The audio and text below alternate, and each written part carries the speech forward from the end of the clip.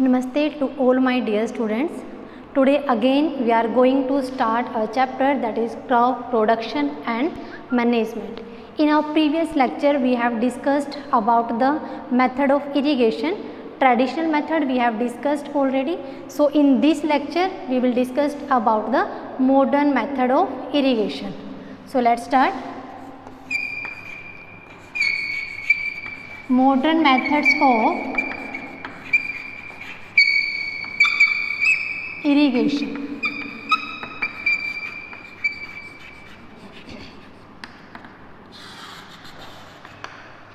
See, in our traditional method we read that mostly the traditional method is used in the small farms. In the small field we can say what is the use of modern method of irrigation. Especially it is used for the farm which is very large specially, and we have two main methods.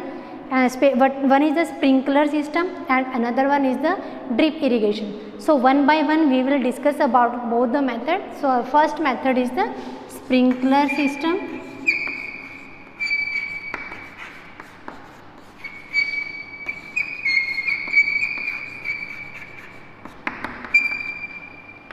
What happened in this very system? In this very system we just attach the small pipes, and we can say that we have to attach the network of pipes with the main pipelines. Likewise, suppose it is the main pipelines, and with this main pipelines we are attached some small pipes on both the sides. Like we can say a network of pipe is attached with the main pipelines, and each these pipes having one sprinkler rotating nozzle. And what is the main function of those rotating nozzle?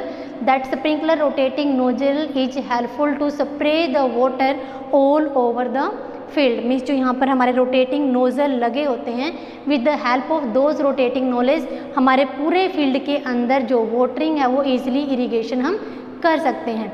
And what is the main use of this sprinkler system? It is very beneficial method of irrigation, especially on those areas where the water scarcity is there. Water scarcity mean to say जहाँ पर water की कमी होती है.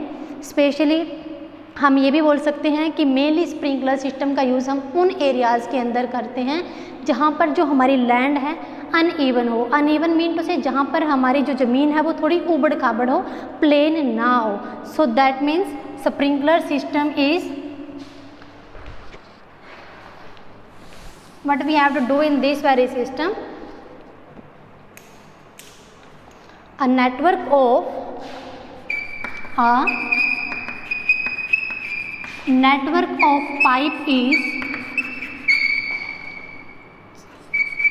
are attached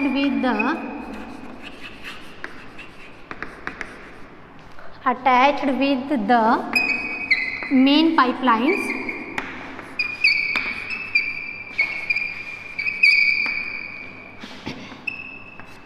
okay, that means हमें क्या है, बहुत ज़्यादा पाइप्स एक मेन पाइपलाइन के साथ अटैच कर देने होते हैं, और उन जो हमारी स्मॉल नेटवर्क है पाइप्स का, उन पाइप्स के ऊपर क्या चीज़ जुड़ी होती है? स्प्रिंकलर रोटेटिंग नोजल जुड़े होते हैं. मीन्स उसके अंदर क्या है, जो वाटर का छिड़काव है, जो वाटर की स्प्रिंकलिंग है वो ऑल ओवर द फील्ड होती है, चारों तरफ उसमें से वाटर निकलता है. सेकेंड थिंग, जो हमारा स्प्रिंकलर सिस्टम है एक इसका बहुत बड़ा हमारा यूज़ क्या है? If the farmer wants to add some fertilizer and manure in water, so he can mix in water also. Suppose हमें फर्टिलाइज़र या मैन्योर हमारे फील्ड के अंदर ऐड करना है, तो उस केस में फार्मर को डबल हार्डवर्क करने की ज़रूरत नहीं है. उसको सिंपली क्या करना है, अपने फर्टिलाइज़र और मैन्योर को सिंपली वाटर में मिक्स करेगा, और जो वो वाटर है हमारा with the help of this pipelines, rotating nozzle की हमारी जो पाइप लगी हुई हैं ऑलरेडी, उनके थ्रू वाटर हमारा ऑल ओवर द क्रॉप के अंदर स्प्रिंकल हो जाएगा. एंड मेनली यूज़ हम इस सिस्टम का कहाँ पर करते हैं? Where the land is uneven. Where the land is uneven. Uneven mean to say जहाँ पर ज़मीन हमारी थोड़ी सी उबड़ खाबड़ होती है, प्लेन सिस्टम जहाँ पर नहीं होता. So it was the sprinkler system. It's quite easier. Again I am repeating the system. सबसे पहला हमारा फर्स्ट पॉइंट क्या है कि एक मेन पाइपलाइन होती है, उस मेन पाइपलाइन के साथ a network of pipes are attached with that, और वो जो नेटवर्क ऑफ पाइप्स है हमारे पास उसके साथ क्या होगा, एक स्प्रिंकलर रोटेटिंग नोजल उसके साथ अटैच होता है। सेकेंड थिंग, अगर फार्मर फर्टिलाइजर और मैन्योर को भी वाटर के अंदर मिक्स करके इकट्ठा स्प्रे करना चाहता है तो वो ईजिली कर सकते हैं, सो that's why it is also very helpful method. Next thing, कहाँ पर हम स्पेशली इस मेथड का यूज़ करते हैं, where the land is uneven, जहाँ पर मीन्स ज़मीन हमारी कैसी हो, उबड़ खाबड़ हो, समतल ज़मीन ना हो जहाँ पर। Okay, so now we will discuss second method. और second method is the drip irrigation method.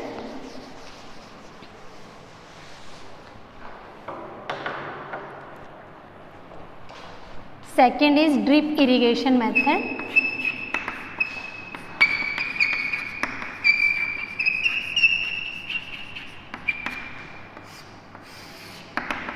See beta, what happened in this very system, in this very method we have to use the water is made to fall drop by drop on the roots of the plant, means जो हमारे plant की जड़ें होती हैं बिल्कुल base में drop by drop हम उसको इरीगेट करते हैं। तो दैट मीन्स इसी चीज़ से हमें आइडिया लग रहा है कि हम प्लांट के बिल्कुल बेस में उसके रूट के अंदर हमें ड्रॉप बाय ड्रॉप वाटरिंग करनी है। दैट मीन्स यहाँ पर क्या है, वाटर बहुत ज़्यादा अमाउंट में सेव हो रहा है। स्पेशली दैट मीन्स हम इस मेथड का यूज़ कहाँ पर कर सकते हैं, जहाँ पर वाटर की स्कैर्सिटी ज़्यादा होती है, जिन एरियाज़ के अंदर वाटर डेफिशिएंसी जहाँ पर ज़्यादा होती है, डेफिशिएंसी इन द सेंस जहाँ पर पानी की कमी है ऑलरेडी, तो उन एरियाज़ के अंदर भी हम ड्रिप इरीगेशन का यूज़ कर सकते हैं। And it is very useful method we can say. Mainly हम कहाँ पर ड्रिप इरीगेशन मेथड का यूज़ कहाँ पर मेनली किया जाता है, mean specially it is use to irrigate the gardens, vegetables और the fruit plants we can say. तो इन सारी चीज़ों के अंदर मेनली इरीगेशन का जो सिस्टम रहता है that is the drip irrigation system. So how will you write the definition of drip irrigation? See, in this very system,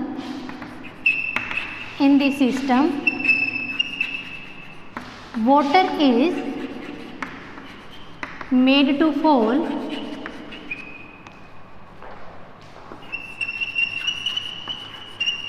drop by drop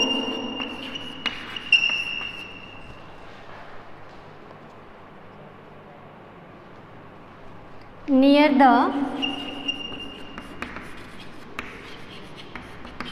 roots of the plant. Means mainly हम जो watering करते हैं, जो irrigation करते हैं इस method में, plant के बिल्कुल बेस में जो हमारे रूट होते हैं, रूट के अंदर ही हम ड्रॉप बाय ड्रॉप उसको इरीगेट करते हैं। मेथड का यूज़ मेनली हम कहाँ पर करते हैं इसका, where the water scarcity is there, where we can say water scarcity is there.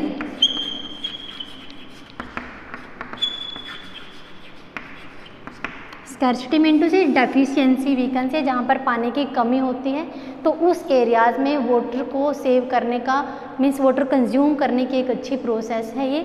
Mainly कहाँ पर इसका यूज़ करते हैं हम, गार्डन्स के अंदर, फ्रूट प्लांट के अंदर, फ्लावर्स के अंदर and we can say vegetables also. तो इन सब के अंदर हम मेनली किस मेथड का यूज़ कर सकते हैं, ड्रिप इरीगेशन का। तो आपको सिंपली याद रखना है, in case of modern method of irrigation we have two main methods. Our first one was sprinkler system and second one is the drip irrigation system. Sprinkler system का use हम डियर कहाँ पर करते हैं, मेनली जहाँ पर हमारी जो लैंड है वो अनइवन हो, वहाँ पर क्या होती है, वाटर स्प्रिंकल होता है रोटेटिंग नोजल की हेल्प से all over the crop. Drip irrigation में क्या होता है, ड्रॉप बाय ड्रॉप प्लांट की रूट में हम वाटरिंग करते हैं। कहाँ पर मेन यूज़ किया जाता है इस मेथड का, जहाँ पर वाटर की कमी होती है, where water scarcity is there. Okay, and specially it is used in the gardens, fruit plant, vegetable and flower plants. Okay, so now we will discuss that how we can improve the fertility of soil. Everybody knows that to improve the fertility of soil we need to apply manure and fertilizers into the soil. So our topic name is applying manure and fertilizers.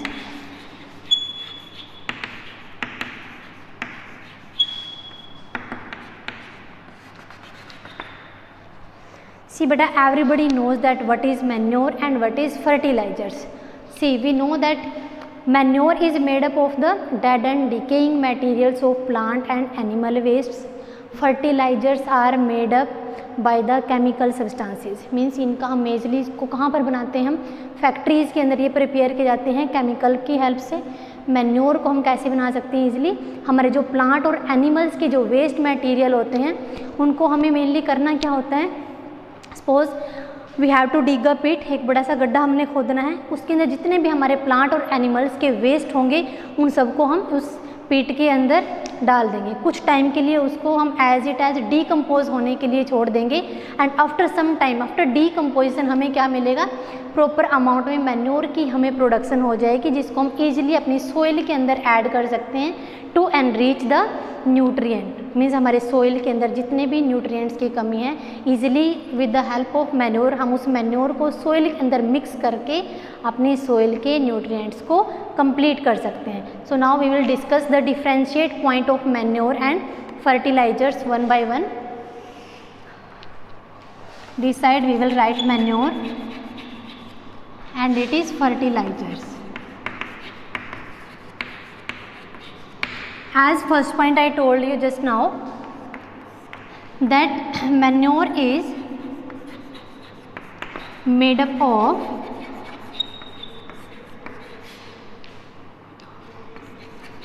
by decomposition of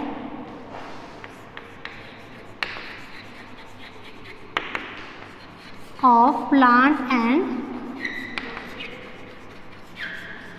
animal wastes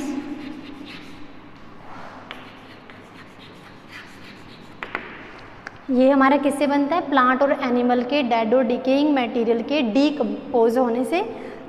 same thing fertilisers में just now I told you it is made up by chemical substances, made up by chemical substances.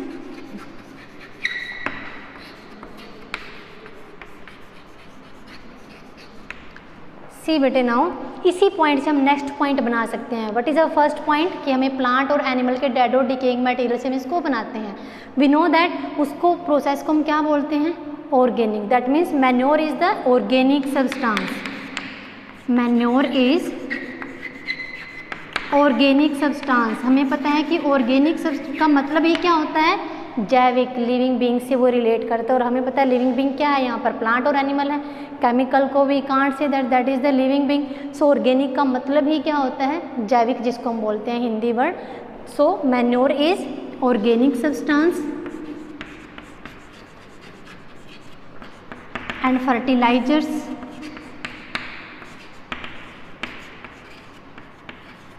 Are inorganic substance.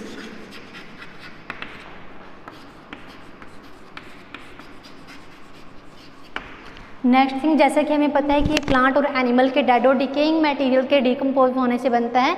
That means manure provides the humus to the soil for proper growth, for to increase the fertility of the soil. But fertilizers humus provide नहीं करता. क्यों?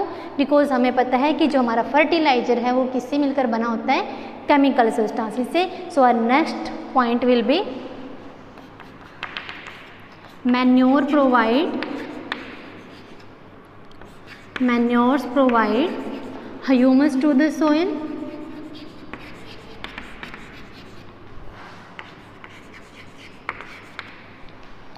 whether fertilizers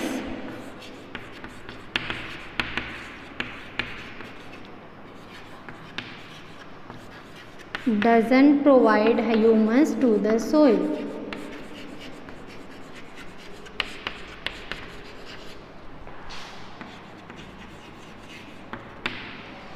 Our fourth point is, see now first point it is made up of plant or animal. Second it is organic substance. Third point is it provide humus to the soil. What will be the fourth point? That means manure. We can use the manure for the growth of any type of soil or for the development and growth of any type of plant, but we cannot use a fertilizer because we know that fertilizers are the nutrient specific. एक specific nutrient उसके अंदर present होता है जिसको हम हर type की soil के अंदर ऐड नहीं कर सकते. It is used only as per requirement of the soil. So manure को हम किसी भी टाइप की सोइल के अंदर यूज़ कर सकते हैं. There is no harmful effect of the manure. So our fourth point is manure can be added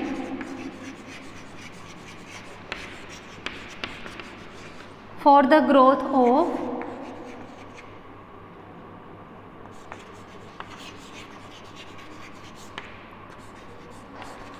any type of plant or soil. We can say, sorry, we have to write soil here, but fertilizers are nutrient specific. Fertilizers are nutrient specific.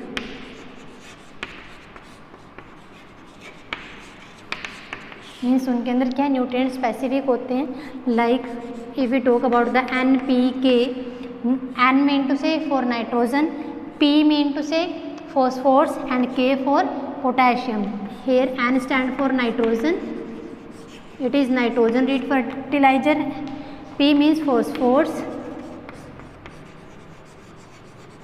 and K means potassium.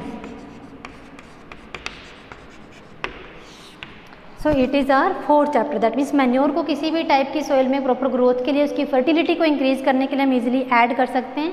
But जो हमारे fertilizers होते हैं, fertilizers are the nutrient specific. उसको हम हर type की soil के अंदर add नहीं कर सकते because it is the nutrient specific.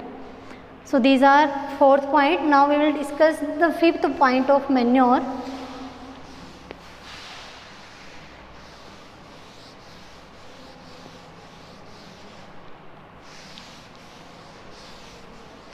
As we discussed that manure is made up by the decomposition of plant and animals waste material. That means which type of idea we can take from here? That means the manures are voluminous. Voluminous mean to say volume ज़्यादा होता है उनका. और fifth point is manure is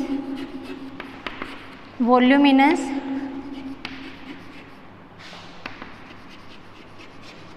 and difficult to store.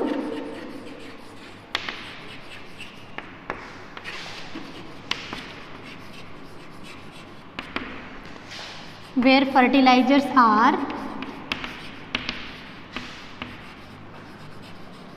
compact and easy to store.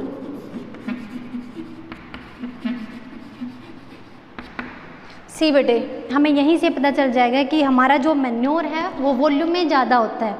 Mostly जो farmers के बच्चे हैं उनको ईजिली पता है कि घर में जो हम खाद तैयार करते हैं प्लांट के जो काउ डंग है या एनिमल्स के डंग से या वेस्ट मटेरियल से हम प्रिपेयर करते हैं, उस केस में जो वॉल्यूम है उसका वो कितना होता है, बहुत ज़्यादा अमाउंट में होता है.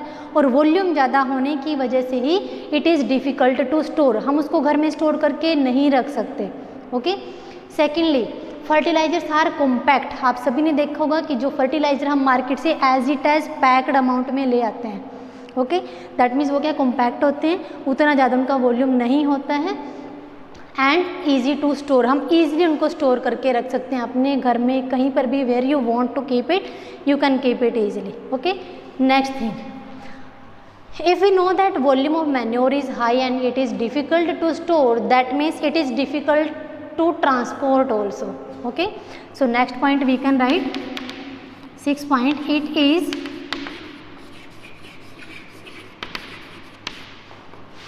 difficult to transport. मीन्स एक प्लेस से दूसरे प्लेस पर ले जाने के लिए हमें बहुत डिफ़िकल्टी को फेस करना पड़ता है. But if we talk about fertilizers, it is easy to transport. It is easy to transport because fertilizers के लिए हम बाइक पे भी लेके जा सकते हैं, साइकिल पे लेके जा सकते हैं, सिर पे उठा के लेके जा सकते हैं मैनुअल अगर हम लेबर की बात करें तो, but it is difficult to manure. अगर हम मैन्योर की बात करें, मैन्योर को हम इस टाइप से ट्रांसपोर्ट नहीं कर सकते, from one place to another place we can't carry it. और नेक्स्ट पॉइंट इज कि जो हमारा मैन्योर है it is specially made up in the field. Manure को हम कहाँ पर बनाते हैं, फील्ड के अंदर बनाया जाता है, but fertilizers are made up in the factories. इसको हम मेनली फैक्ट्री में बनाते हैं और उसको प्रिपेयर करने के लिए हम फील्ड के अंदर इसको तैयार करते हैं। So next point can be that manure is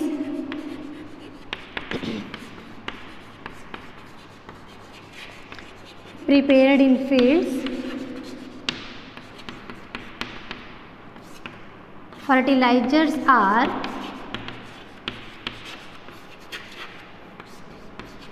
prepared in factories,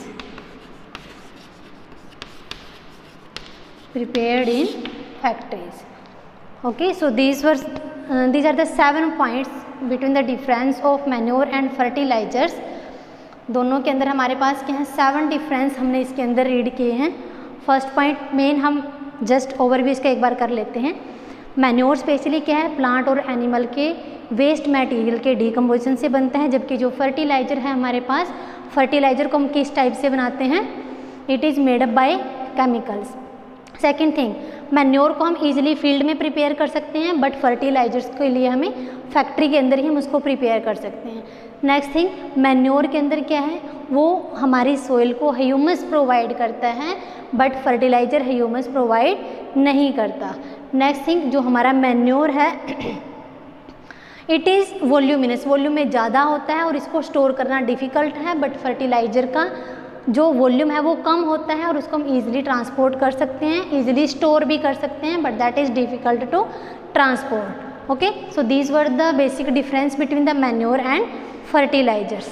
So now we will discuss about the crop protection, because we know that after manuring now almost a crop is ready, but now we need to protect a crop.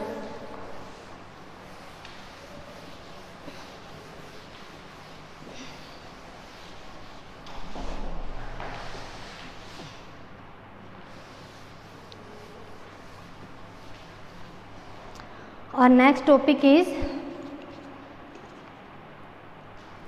crop protection.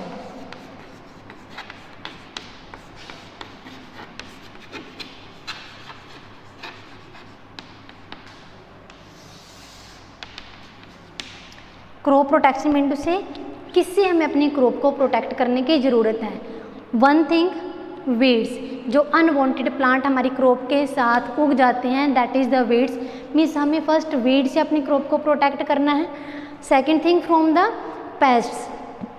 Paste mean to say कोई भी जो like rat है या कोई भी insect हैं जो हमारी क्रॉप को डैमेज कर देते हैं।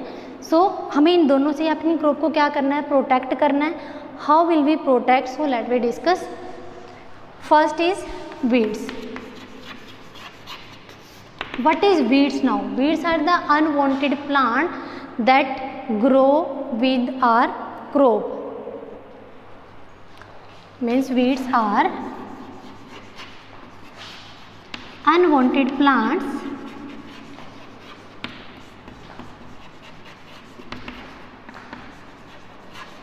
that grows along with our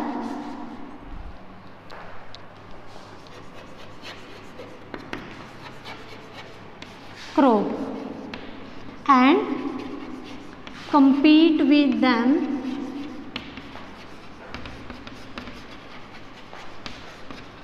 for air, water, space and sunlight.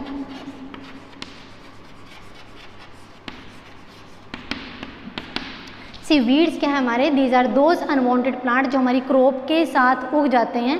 उगने के साथ साथ उनका क्या है, कंपटीशन करते हैं वो हमारी क्रॉप के साथ, कि जो भी हम हम क्रॉप को अपना कोई भी मैन्योर, फर्टिलाइज़र या एयर, स्पेस, वाटर, सनलाइट, जो चीज़ भी हमारी क्रॉप को मिल रही है, साथ साथ उस चीज़ को कौन इनटेक कर रहा है? अनवांटेड प्लांट्स मीन्स वीड्स भी उसको इनटेक कर रहे हैं। सो that's why it compete with them for air के लिए भी वो कंपटीशन करता है हमारी क्रॉप के साथ कि जो क्रॉप को मिल रहा है साइड बाय साइड वो भी उसको लेता है, water, space and sunlight.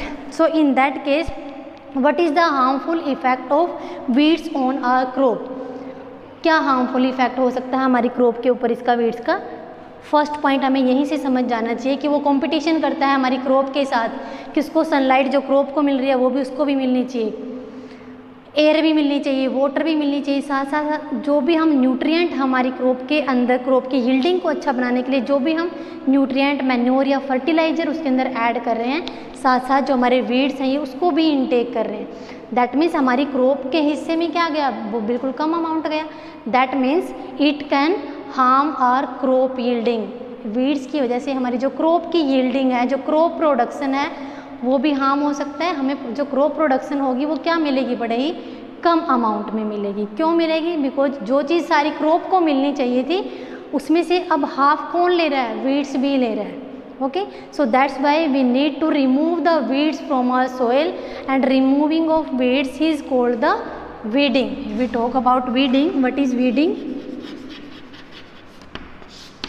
We can write removal of weeds from soil is called weeding. Moreover, we have two main methods to remove the weeds from the soil. कि soil के अंदर से weed को रिमूव करने के हमारे पास two method हैं. What are those method? First क्या है? Manual labour. सेकंड क्या है हमारे पास? वीडीसाइड. कहाँ हम यूज़ कर लें? So let we discuss one by one.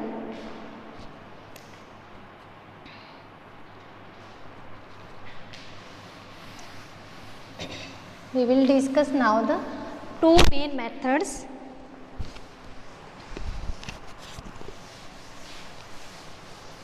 for weeding. Our first method is manual weeding.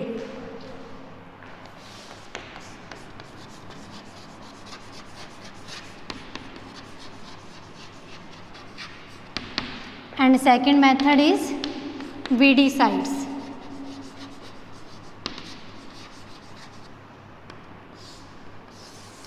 Manual weeding. What happened in case of manual weeding? Manual weeding के case में हम सिंपली क्या करते हैं? In this case, the removal of weeds by uprooting the weeds simply. Okay, manually we can say कि जब हम weeds को सिंपली एक एक को उखाड़ देते हैं, अपरूट कर देते हैं, या फिर बिल्कुल उसको बेस से, उसके रूट के बिल्कुल ग्राउंड बेस से हम उसको किसी ट्रोल की हेल्प से कट कर देते हैं, that is the manual weeding. But do you think so that it is the easy method? Of course not. It is not the easy method because in manual weeding, manual labor is also more. कि हमारे जो farmer हैं, human being को जो भी manually उसको हम weeding कर रहे हैं या अपरूटिंग कर रहे हैं, इट इज़ टू डिफ़िकल्ट, क्योंकि हम इसके अंदर क्या है, टाइम कंज्यूम बहुत ज़्यादा होगा, बट हमारा जो वर्क है that will be less in the amount, कम होगा. मेनली जो हमारी मैनुअल वीडिंग है प्रोसेस, ये वाली हमारी कब की जाती है? During tilling. Tilling mean to say हमने फर्स्ट पॉइंट में पढ़ा था प्रिपरेशन ऑफ सोइल के अंदर loosening and tilling of soil, जहाँ पर हम सोइल को लूज़ करते हैं.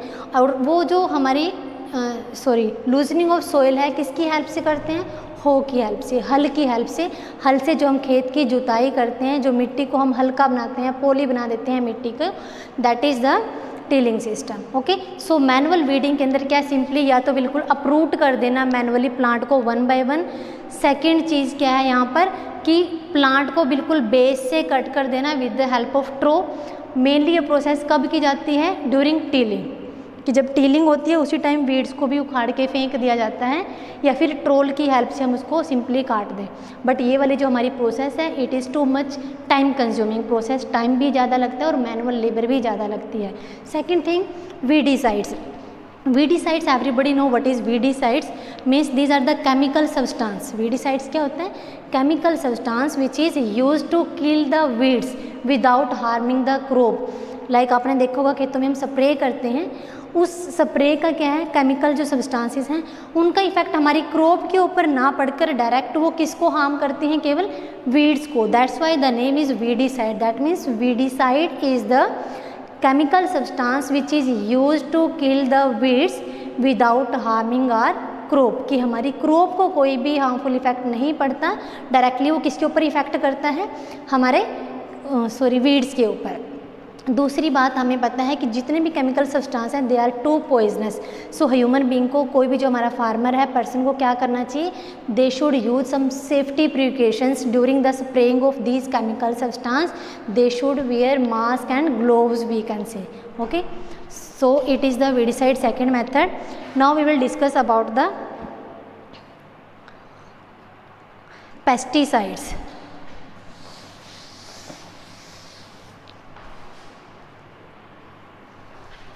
Pesticides,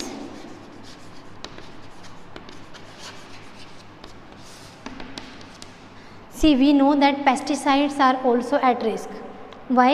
Because कई बार क्या होता है, मैंने एनिमल्स, कुछ इंसेक्ट्स हैं, कुछ रेड्स हैं, वो क्या करते हैं हमारे खेत में जाके, मीन्स हमारे फील्ड में क्रॉप की कटिंग कर देते हैं, खा जाते हैं नीचे से, हमारे नीचे से प्लांट को डैमेज कर देते हैं, या फिर जहाँ पर जो ग्रेन्स वाले पार्ट हैं उसको ईट कर देते हैं। तो उसका भी सीधा इफेक्ट कहाँ पर पड़ता है? हमारी क्रॉप की यील्डिंग पर। तो उस केस में भी हम क्या यूज़ कर सकते हैं? पेस्टिसाइड्स का यूज़ कर सकते हैं। और पेस्टिसाइड भी क्या है? It is also a chemical substance. Chemical substance है जिसका मेनली यूज़ किस लिए होता है? To kill the pests, to kill the pests. Pest में कौन आता है? लाइक कोई भी इंसेक्ट है, रैट है, ओके, एटसेट्रा।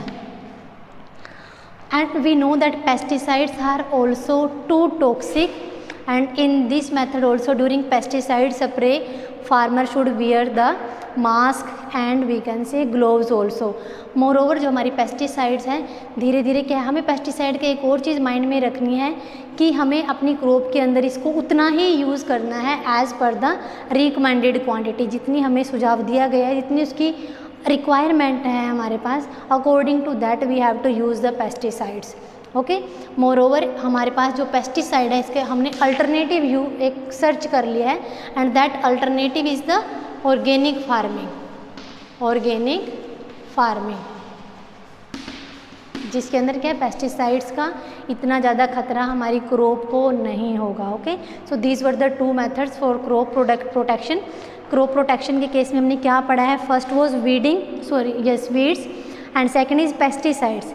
वीड्स को रिमूव करने के लिए हमारे पास क्या थे? टू मेथड्स थे। First is weedicide and second was the manual labour. Okay, and second one is pesticide. Okay, so it was the process of crop protection. Now we will discuss about the harvesting. It is our last second practical, we can say agricultural practices, harvesting.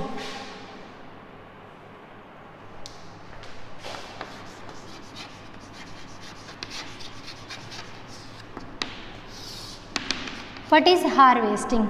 Simply harvesting is the cutting and gathering the mature crop is called the harvesting. कि फसल पकने के बाद, तैयार होने के बाद हमारा फर्स्ट स्टेप क्या रहता है कि फसल की कटाई की जाए और उसको इकट्ठा कर लिया जाए। जो हमारी मैच्योर क्रॉप है, बिल्कुल जो पकी हुई हमारी क्रॉप है, that means what is harvesting? The cutting and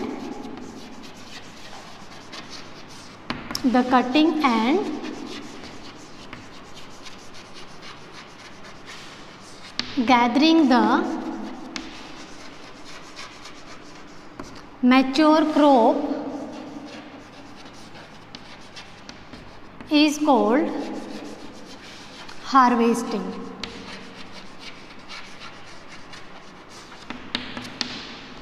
Means cutting and gathering of mature crop is called harvesting. After harvesting what we need to do कि हमारे जो प्लांट के स्टॉक होते हैं, suppose it is the stalk part and it is the upper part in which grains are there, जहाँ पर grains हैं। Harvesting के बाद हमारा स्टेप क्या होता है कि हम स्टॉक और जो ग्रेन वाला पोर्शन है दोनों को सेपरेट आउट कर लें। Okay, it is the upper portion जहाँ पर हमारा चैफ और ग्रेन्स इकट्ठे होते हैं। फिर क्या करना हमें, ग्रेन्स को with the help of threshing we can easily separate these two things. फिर हमें क्या करना है, चैफ के अंदर से अपने ग्रेन्स को सेपरेट आउट करना है। क्या करना है, we have to separate the grains from chaff. Chaff क्या है, it is the dry and outer covering of the grains. Grains जिस चीज़ के अंदर प्रोटेक्ट रहता है that is the chaff. Okay, so easily we can separate both the things with the help of winnowing system. Winnowing हम already पढ़ चुके हैं, तो विनोइंग की हेल्प से हम उसके अंदर से जो हमारा चैफ है, मीन्स भूसा भी आप बोल सकते हो, वेस्ट मटेरियल भी हम बोल सकते हैं, ग्रेन्स की आउटर कवरिंग भी हम बोल सकते हैं। We have to separate both the things. So it is the end of our today's lecture. Tomorrow will continue with the same topic, sorry not same, with the next topic of the storage of crude. Till then, thank you and have a nice day.